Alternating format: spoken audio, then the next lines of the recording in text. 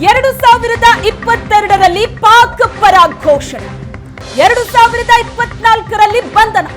ಪಾಕ್ ಪರ ಘೋಷಣೆ ಕೂಗಿದ್ದ ಬಿಜೆಪಿ ಕಾರ್ಯಕರ್ತನ ಬಂಧನ. ಮಂಡ್ಯದ ಸಂಜಯ್ ವೃತ್ತದಲ್ಲಿ ಪ್ರತಿಭಟನೆ ನಡೆಸಿದ್ದ ಬಿಜೆಪಿ.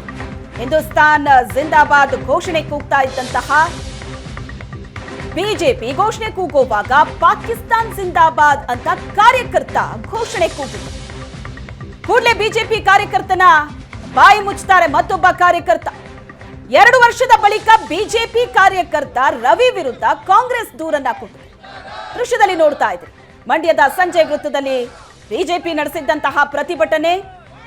ಅಲ್ಲಿ ಬಿಜೆಪಿ ಕಾರ್ಯಕರ್ತನೊಬ್ಬ ಪಾಕಿಸ್ತಾನ ಪರ ಘೋಷಣೆ ಕೂಗ್ತಾ ಇದ್ದಂತೆ ಬಿಜೆಪಿ ಕಾರ್ಯಕರ್ತನ ಬಾಯಿ ಮುಚ್ಚುತ್ತಾನೆ ಮತ್ತೊಬ್ಬ ಕಾರ್ಯಕರ್ತ. ಈ ಬಗ್ಗೆ ಕಾಂಗ್ರೆಸ್ ಈಗ ದೂರನ್ನ ಕೊಟ್ಟಿದೆ. ಮಂಡ್ಯದ ಪಶ್ಚಿಮ ಪೊಲೀಸ್ ಠಾಣೆಯಲ್ಲಿ ಕಾಂಗ್ರೆಸ್ ದೂರು ಕೊಟ್ಟಿದೆ.